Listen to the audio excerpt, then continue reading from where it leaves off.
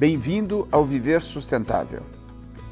A indústria brasileira não aceita mais ser considerada vilã quando o assunto são os impactos ambientais negativos associados ao processo produtivo.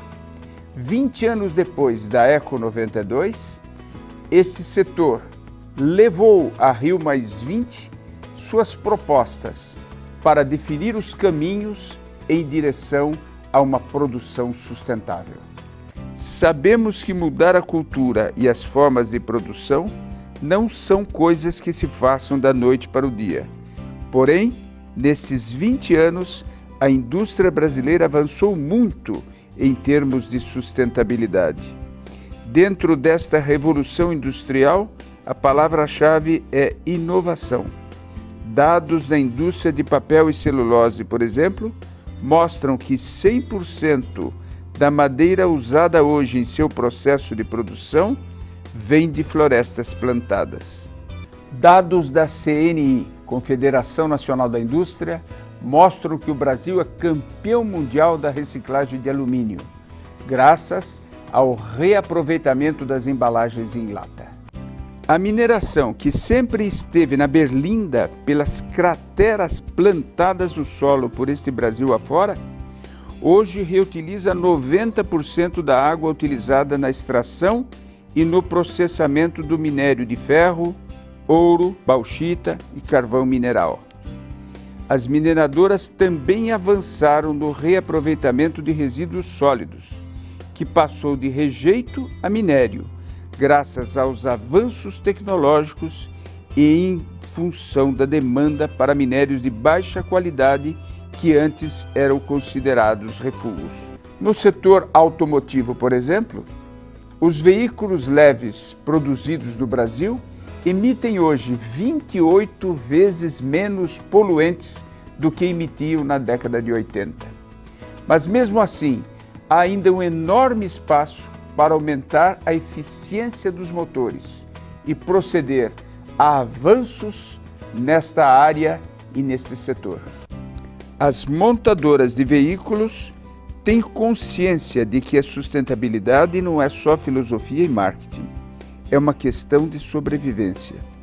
Por isso, os fabricantes apostam no carro elétrico como alternativa ao futuro, cujo modelo híbrido, motor elétrico e combustão, será comercialmente viável no Brasil dentro de 5 anos. A etapa seguinte seria o veículo plug-in, ligado na tomada para carregar. O terceiro estágio é o carro com geração de eletricidade a bordo.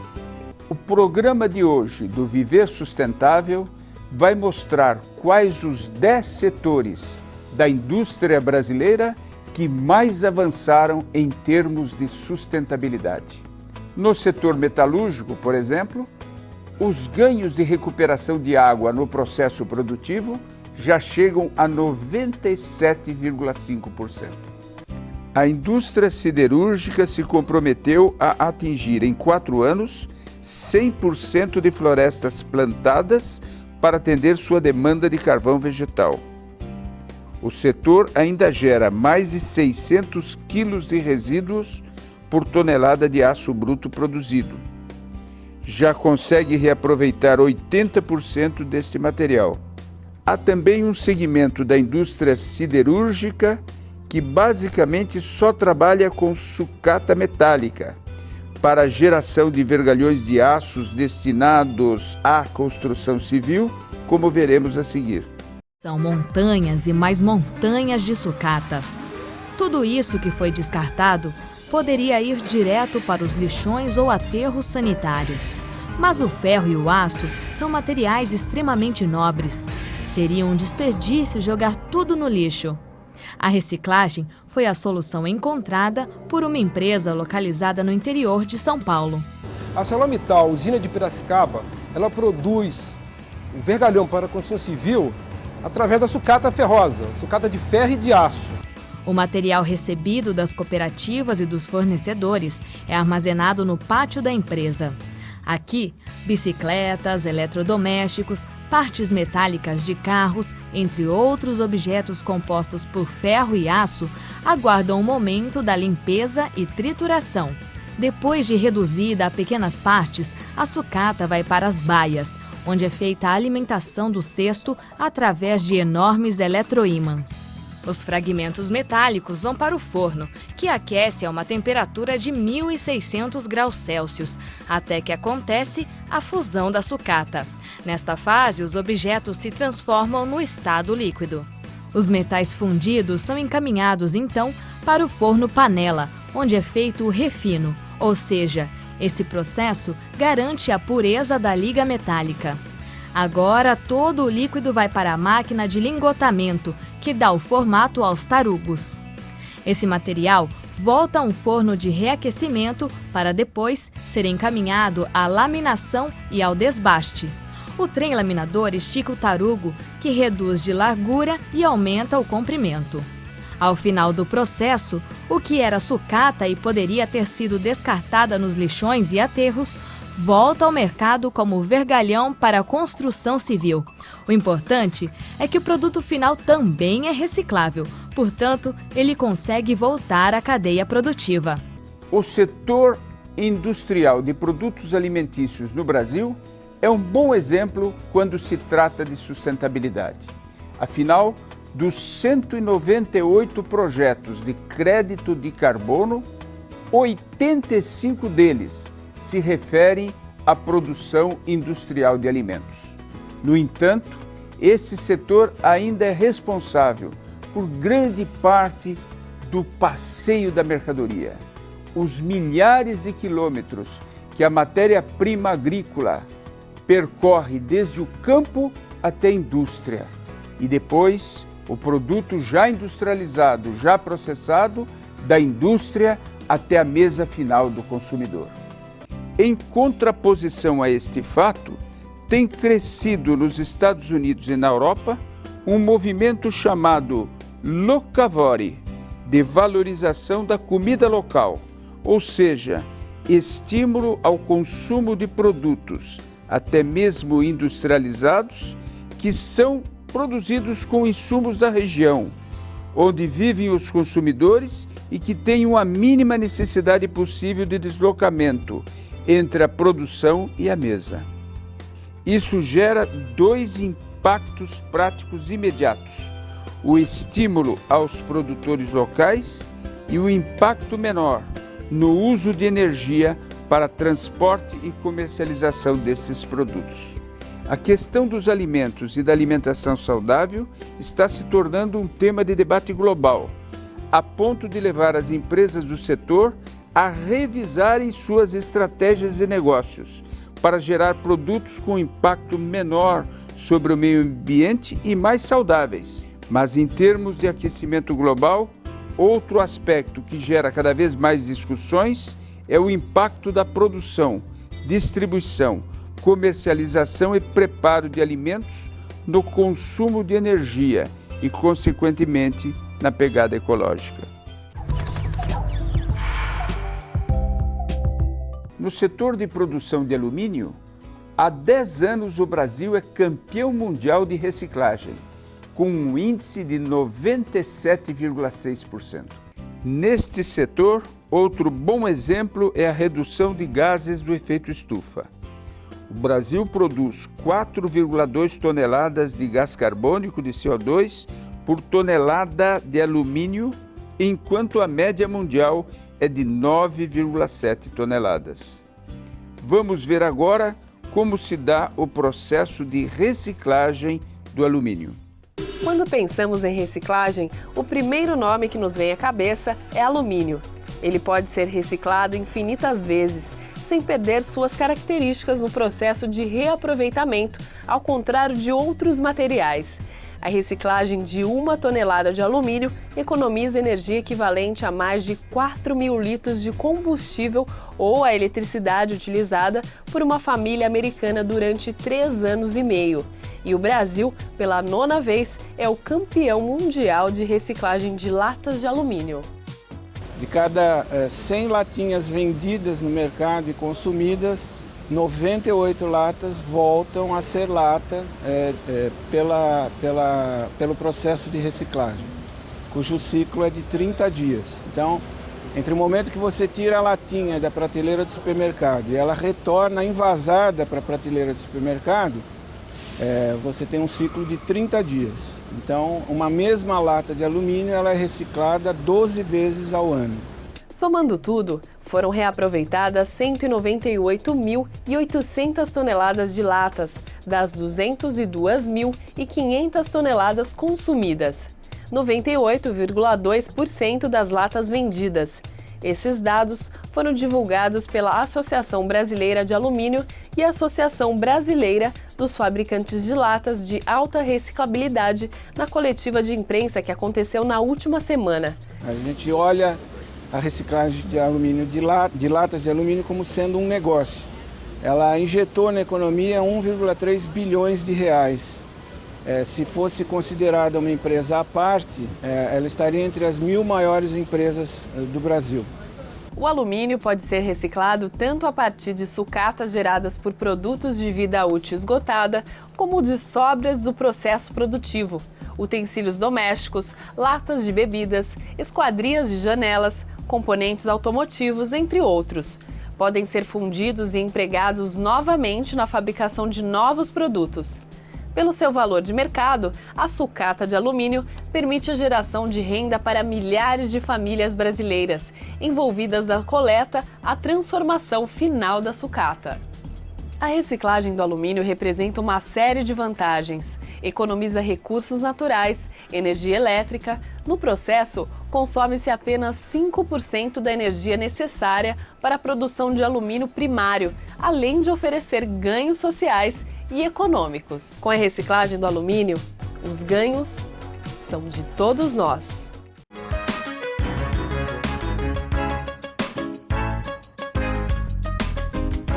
Flávia Porto, eu sou estudante de Rádio e TV e eu gostaria de saber quais países serão mais afetados por causa do aquecimento global. Paradoxalmente, os países mais pobres, os países em desenvolvimento, aqueles que menos contribuíram para a emissão de gás carbônico, menos contribuíram para ter gases em suspensão na atmosfera, contribuindo para o aquecimento global. Por quê? Porque estes países mais pobres, em primeiro lugar, têm menos recursos, menos tecnologia para fazer a adaptação ao aquecimento global. Em segundo lugar, estão nas regiões tropicais, as regiões que sofrerão com a desertificação e, portanto, com perdas, não só na quantidade de água, mas também na produção agrícola. A indústria brasileira de cimento também tem alcançado bons índices de sustentabilidade. Enquanto a média mundial de emissões de gases do efeito estufa é de 5%, aqui no Brasil não passa de 1,4%. Hoje, 99% das indústrias de cimento no Brasil operam com fornos de via seca, o que causa uma redução do uso de água e de combustíveis em até 50% em comparação com os processos industriais antigos que produziam por via úmida. Hoje, no setor de eletroeletrônicos, uma geladeira nova consome 60% menos energia do que as produzidas 10 anos atrás. Um dos grandes problemas desse setor ainda é o descarte de aparelhos eletroeletrônicos, seja por obsolescência tecnológica ou por quebra ou defeito insanável. Vamos ver agora como funciona a reciclagem desses materiais. Quantos celulares você já teve? O que você fez com a última TV que quebrou? E aquele computador comprado 15 anos atrás? Vivemos cercados de aparelhos eletrônicos. A era digital se renova a cada 6 meses em média. Por isso, um aparelho de MP3 comprado no início do ano já se tornou obsoleto na opinião de algumas pessoas. Mas o que devemos fazer com todos esses eletrônicos? Jogar no lixo não é a opção correta. Primeiro que isso não é lixo. Muitos desses aparelhos são compostos por matérias-primas valiosas como ouro, cobre, prata, entre outros. E isso tudo pode ser reaproveitado. A gente consegue extrair entre eles ouro, prata, cobre, índio, molibdênio. Os benefícios são que a gente evita a extração de recursos naturais. Então a gente utiliza aquilo que já se encontra como um problema hoje nas grandes cidades, que é a sucata eletroeletrônica. Outro motivo para não jogar seus aparelhos eletrônicos no lixo comum é que eles podem ser compostos por substâncias tóxicas, como, por exemplo, os monitores de computador ou placas que possuem chumbo, mercúrio e outras substâncias. Elas podem contaminar o solo, os lençóis freáticos e ainda afetar a vida das pessoas. Mas se o seu eletrônico ainda estiver funcionando, reutilizar é a melhor opção. Por exemplo, o celular. Você pode dá-lo a um amigo, vendê-lo ou entregá-lo na loja onde você vai comprar o novo. Alguns estabelecimentos doam aparelhos usados para instituições carentes. O maior problema é que o Brasil ainda está começando a sua jornada na reciclagem de eletrônicos. Nós não possuímos nenhuma recicladora nesta área, pois faltam incentivos tanto fiscais quanto no processo de logística reversa, no qual as empresas deveriam ser responsáveis por dar a destinação correta aos produtos adquiridos pelos consumidores.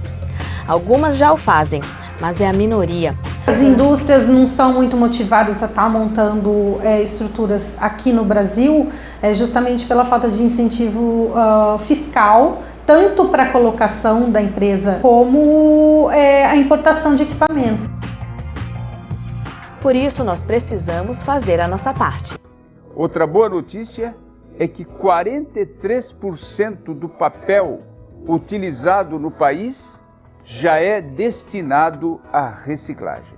A seguir, vamos ver como funciona no país a reciclagem de papéis.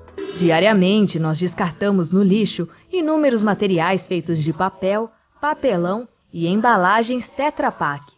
Esses resíduos são coletados pelos catadores e encaminhados para as cooperativas. Após a triagem, eles são prensados, enfardados e transportados para uma indústria recicladora. Nessa planta, nós recebemos aparas pós-consumo, que é essa aparas aqui, aparas Tetra Pak, pós-consumo e pré-consumo, e aparas pré-consumo, que é gerado no nosso processo de fabricação. Então esses três materiais, nós recebemos esses três materiais, processamos e com eles nós fazemos o papel reciclado, que também é utilizado nessa planta e em outras plantas próximas aqui. Então vamos ver como funciona a reciclagem de Tetra Pak e de papel. As embalagens percorrem o caminho por uma esteira que tem como destino o Hidrapulper, um equipamento que faz a separação da fibra, do alumínio e do plástico com a ajuda da água.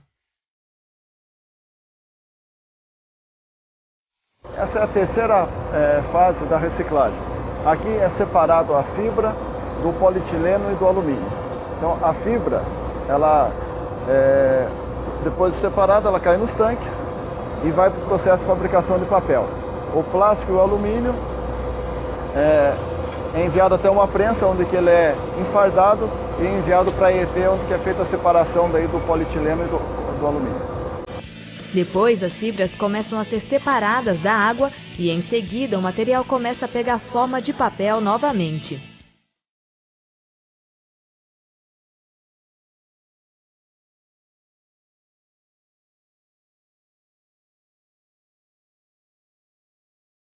E é desta forma que as fibras de papel voltam ao mercado como caixas de papelão, papel cartão e craft.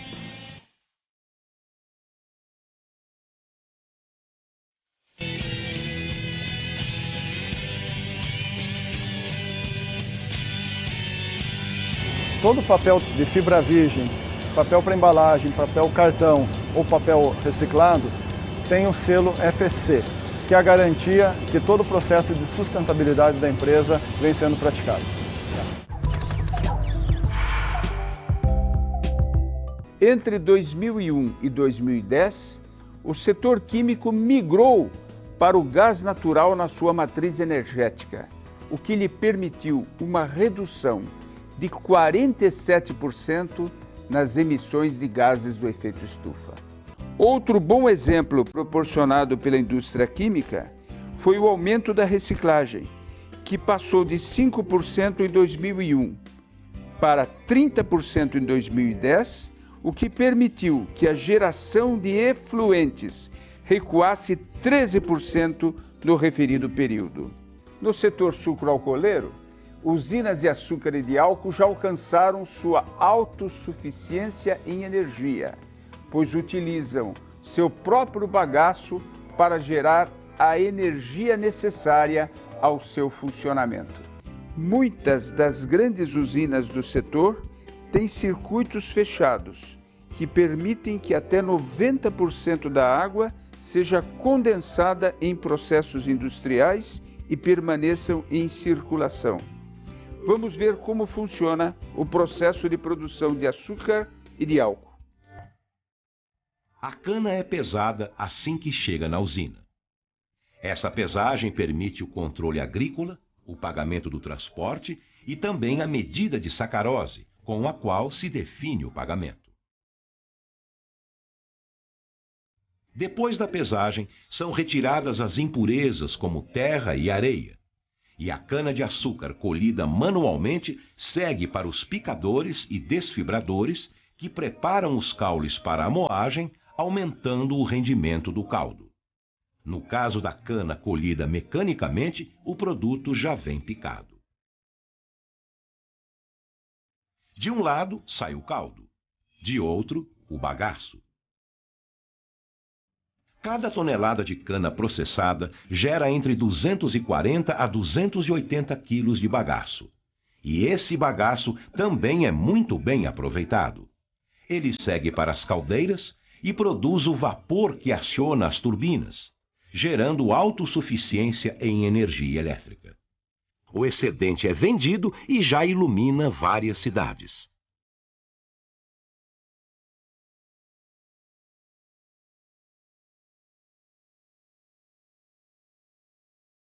O caldo extraído recebe um tratamento químico e é então purificado por meio de vários processos e técnicas de filtragem para formar o mosto. O mosto fica em fermentação nas dornas durante um tempo que varia de 4 a 12 horas. É nessa fase que os açúcares são transformados em álcool. Ao terminar a fermentação, a mistura recebe o nome de vinho fermentado. O álcool deste vinho é recuperado pela destilação. A operação é realizada em colunas, onde são feitas a destilação propriamente dita e a retificação, que dão origem ao álcool hidratado.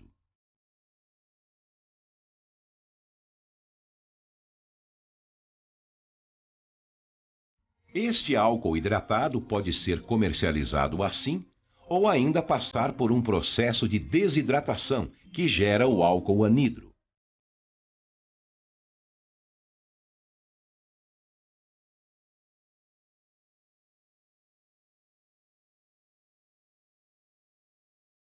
Uma vez prontos, os álcoois produzidos são enviados para armazenagem em tanques de grande volume, onde aguardam sua comercialização.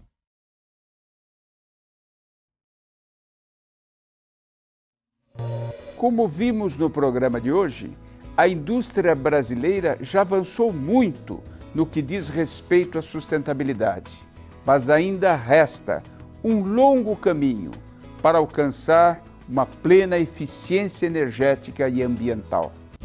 Para tanto, será preciso que se organize um banco de dados confiável, a fim de que o inventário do setor retrate a realidade e a sociedade possa excluir as empresas que propagam serem verdes, mas não o são. Nesse sentido, a CNI, Confederação Nacional da Indústria, trabalha com o Ministério do Ambiente e associações dos diversos setores industriais, visando a criação de indicadores verdes. Além disso, a CNI participa das discussões capitaneadas pela Organização para a Cooperação e Desenvolvimento Econômico, OCDE, a fim de definir metodologias aceitas internacionalmente. Com dados fornecidos pelo SEMPRE, Compromisso Empresarial com a Reciclagem, vamos ver agora os preços por tonelada dos principais produtos destinados à reciclagem. Preço da tonelada do material reciclável para a cidade de Araraquara, São Paulo. Papelão, R$ 250. Latas de aço, R$ 160. Alumínio, R$ 2.500. Plástico rígido, R$ 1.000. E PET, R$ 1.000. Participe do nosso programa. Envie-nos perguntas e sugestões de temas para contato@viversustentável.net ou assista ao repertório dos programas já exibidos no site viversustentável.net. O programa fica por aqui. Uma boa semana, até o próximo programa.